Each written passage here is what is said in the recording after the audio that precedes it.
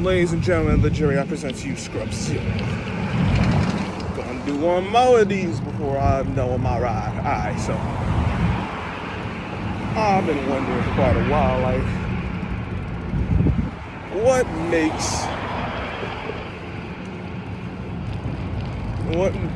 separates the good from the average, the great from the good, and the elite from the great.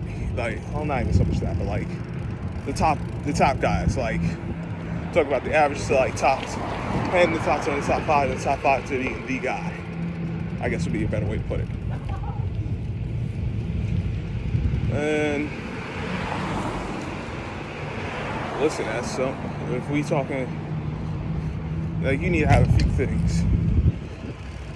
If we talking like football, let's say at the quarterback position, well, you gotta have the tangibles, of course. You gotta be able to make the throws, in today's game. You can't just, unless you want them older guys like a Tom Brady, who was from the old era, pure pocket passing. You gotta be able to be mobile, but you still have to have a pocket passer. You can't just say, all right, he's got all this talent, and that's great, and he can do all these great things, but he's missing that element as a pocket passer. Like, that's what keeps you from being the top guy.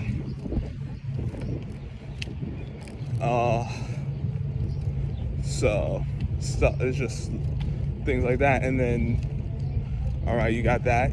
You need the intangibles. You got to be a leader. Got to be a guy that your teammates know, all right, you for the team, and you're going to do everything you can to make yourself and the team better. It ain't just going to be just for you. And like, all right, you can try to make the team better, but like, if you're not, like, yeah, you want to help the team, but if you got a ceiling as far as, hey, I'm not going to, like, you got to have a winner's mentality. You got to have it. Like, you got to be a gotta have it kind of guy. And if you're not a gotta have it kind of guy, you ain't gonna have it. Let me just put it like that. So yeah. And then, speaking of gotta have it, you gotta be efficient in those key situations. Since we're talking about quarterbacks real quick, third down, 2 minute, fourth down, red zone. Can you, like, and listen, there ain't no one infallible, so we know that there's gonna be missed opportunities, but can you be effective about 70+% of the time? Can I go out there and say, all right, nah, I know this guy gonna get it done. We get him the opportunity, he gonna close it out.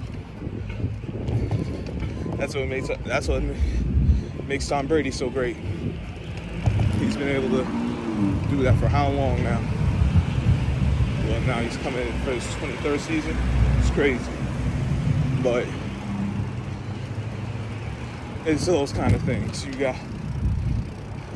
This is why Aaron Rodgers hasn't been able to get it done. And then it's not just that, because you can do it in the regular season. What about the postseason? You got to be able to get it done there. And we've seen Rodgers win games, but if you break down his film, he's not as great as everyone thinks he is. He's been bailed out by he's been bailed out from his receivers, the refs. But you see him in every championship game, every single one. He has not played well in one of them. Even, like, he has not had a complete game where you say, nah, Rodgers played well in one game from start to finish. You can't say that. I mean, you could, but then you'd be lying. And I know what I've seen, that he has not been that dude. As opposed to Tom Brady, where you get him to that point, you give him protection, he'll get it done. And then you got some guys who are inconsistent, who could get it done, but they're inconsistent in getting it done. Like, everything got to fall right for them to get it done. Otherwise, they ain't going to do it. Like an Eli Manning. I love Eli, but he missed a lot of opportunities he should have had, mostly from shooting himself in the foot. And some of that's also on his receivers. But listen, that's what it is. Eli, I like him, but he's not he's not someone you, like, he has an all-time legacy, at least from the media portrayal, but he won 2 Super Bowls. He won 2 Super Bowl MVPs. You could definitely argue that the first one should have went to Justin Tuck. The second one, more clear that was him. But he missed out on a lot of opportunities. And we talk about basketball, you look at a guy like LeBron James, he has all the talent in the world. He's been getting to these finals, but when you really break down his game, he's been the same player he was when he came in the league.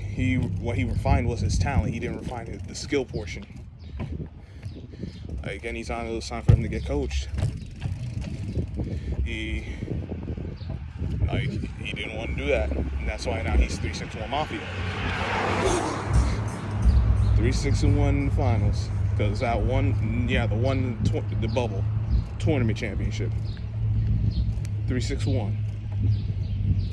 You look at the difference between a guy like Kobe, who even in his bad years he gave it everything he had. He never cheated again. He worked on his game. He did many other things, whether it was defense, he had to pass.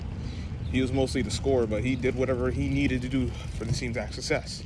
And that's what he was. And that's why we love him. Well, at least that's why I love him. Kobe got his haters, but they just hate us. They don't understand how great Kobe is.